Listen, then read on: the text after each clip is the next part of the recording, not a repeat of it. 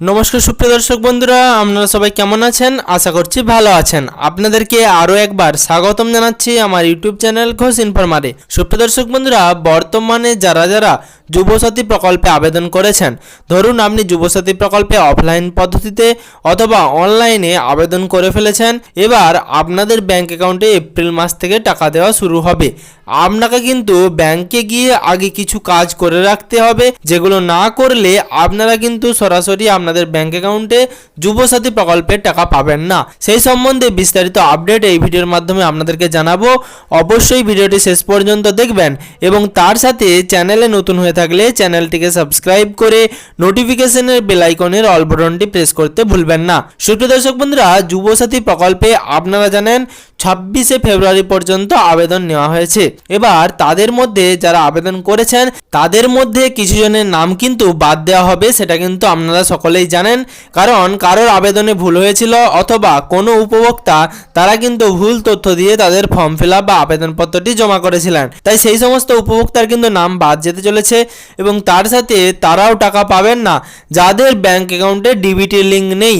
অর্থাৎ এমন অনেক উপভোক্তাই রয়েছেন যাদের ব্যাংক অ্যাকাউন্টে এখনো পর্যন্ত ডিবিটি লিঙ্ক করা হয়নি।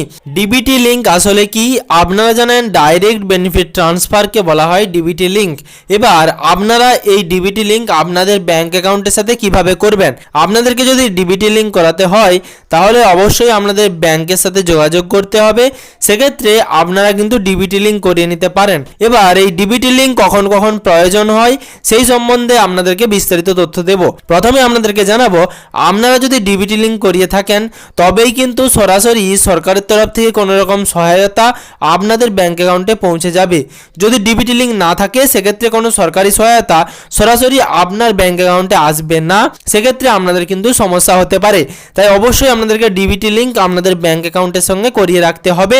এবং যারা বর্তমানে অনলাইন বা অফলাইন পদ্ধতিতে আবেদন করে ফেলেছেন অবশ্যই আপনাদের ব্যাংক অ্যাকাউন্টে যান এবং ব্যাংক অ্যাকাউন্টে গিয়ে জিজ্ঞেস করুন যে আপনার অ্যাকাউন্টের সাথে ডিবিটি লিঙ্ক রয়েছে কিনা।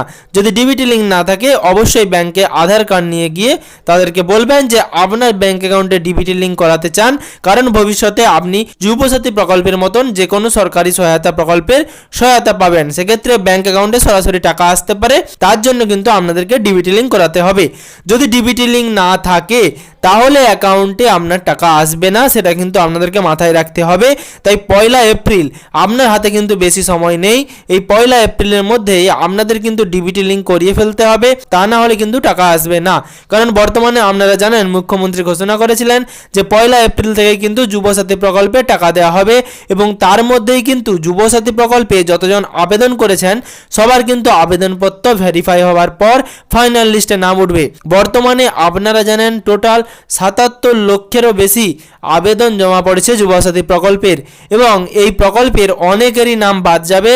যে সমস্ত উপভোক্তারা অফলাইন বা অনলাইনে ফর্ম ফিল আপের সময় বা আবেদনপত্র জমা করার সময় ভুল করে ফেলেছেন তাদের কিন্তু নাম বাদ যেতে চলেছে। আপনারা জানেন বর্তমানে যদি আপনি অফলাইন বা অনলাইন পদ্ধতিতে আবেদন করে থাকেন সেক্ষেত্রে কোনো রকম এডিটের অপশন নেই, অর্থাৎ আপনি আপনার ভুল সংশোধন করতে পারবেন না। শুধুমাত্র একটাই অপশন ছিল, যদি আপনি অফলাইনে ফর্ম জমা দিয়ে এসে থাকেন সেক্ষেত্রে আপনার অফলাইন পদ্ধতিতে ফর্ম বা আবেদনপত্রটি সরকারি আধিকারিকরা পূরণ করার আগেই বা সেই তথ্য কিন্তু জমা করার আগেই আপনাকে অনলাইন মাধ্যমে সেই ফর্মটি ফিল আপ করতে হতো এবং আপনি অফলাইনে ফর্মে যেই ভুলটা করেছেন সেই ভুলটা না করে আপনি কিন্তু অনলাইনে আগে ফিল আপ করে দিলে সেক্ষেত্রে আপনার অনলাইনের ফিল আপটি কিন্তু গ্রাহ্যনীয় হতো। কিন্তু এই অপশানটা ছাড়া বর্তমানে আর নতুন কোনো অপশান নেই। সেক্ষেত্রে আপনারা নতুন কোনোভাবেই আবেদন করে ফর্ম ফিল আপের ভুল সংশোধন করতে পারবেন না এবং আপনাদেরকে কিন্তু বর্তমানে ডিবিটি লিঙ্ক যত তাড়াতাড়ি সম্ভব করিয়ে ফেলতে হবে এবং আপনার অ্যাকাউন্টে ডিবিটি লিঙ্ক রয়েছে কিনা সেটা আপনারা কিভাবে চেক করবেন সেই সম্বন্ধে বিস্তারিত ভিডিও এবং তথ্য আপনাদেরকে দিয়ে দেব। তবে আপনাদেরকে সংক্ষেপে জানিয়ে রাখি, আপনারা সরাসরি আধারের যে অফিসিয়াল ওয়েবসাইট রয়েছে UIDAI সেই অফিসিয়াল ওয়েবসাইটে গিয়ে আপনার আধার নম্বর এবং ওটিপি দিয়ে অথবা মোবাইল নম্বর ওটিপি দিয়ে আপনি কিন্তু চেক করতে পারেন যে আপনার ব্যাংক অ্যাকাউন্টে অ্যাকাউন্টের সঙ্গে আধার সিডিং রয়েছে কিনা। বর্তমানে যে সমস্ত উপভোক্তারা যুবসাথী প্রকল্পে আবেদন করে ফেলেছেন, অবশ্যই তারা আপনাদের ব্যাংকের সাথে যোগাযোগ করুন এবং আপনার ব্যাংক অ্যাকাউন্টে আধার সিডিং রয়েছে কিনা অথবা আপনার ব্যাংক অ্যাকাউন্টের সাথে ডিবিটি লিঙ্ক রয়েছে কিনা সেটি কিন্তু অবশ্যই জেনে নিন। তা না হলে কিন্তু যুবসাথী প্রকল্পের প্রথম মাস থেকেই টাকা আপনাদের ব্যাংক অ্যাকাউন্টে আসবে না এবং আপনাদের কিন্তু যুবসাথী প্রকল্পে টাকা পাওয়ার ক্ষেত্রে সমস্যা হতে পারে। আশা করছি এই ভিডিওর মাধ্যমে আপনাদেরকে সমস্ত রকমের তথ্য দিতে পেরেছি। যদি আপনি চ্যানেলে নতুন হয়ে থাকেন তাহলে অনুরোধ করব চ্যানেলের সাথে যুক্ত থাকার জন্য চ্যানেলটিকে সাবস্ক্রাইব করে পাশে থাকা নোটিফিকেশনের বেল আইকনের অল বাটনটি প্রেস করে রাখবেন, যাতে পরবর্তী ভিডিও নোটিফিকেশন এবং পশ্চিমবঙ্গের যাবতীয় আপডেট সবার আগে সবার প্রথমে আপনার মোবাইলের নিউজ ফিডে পেয়ে যান।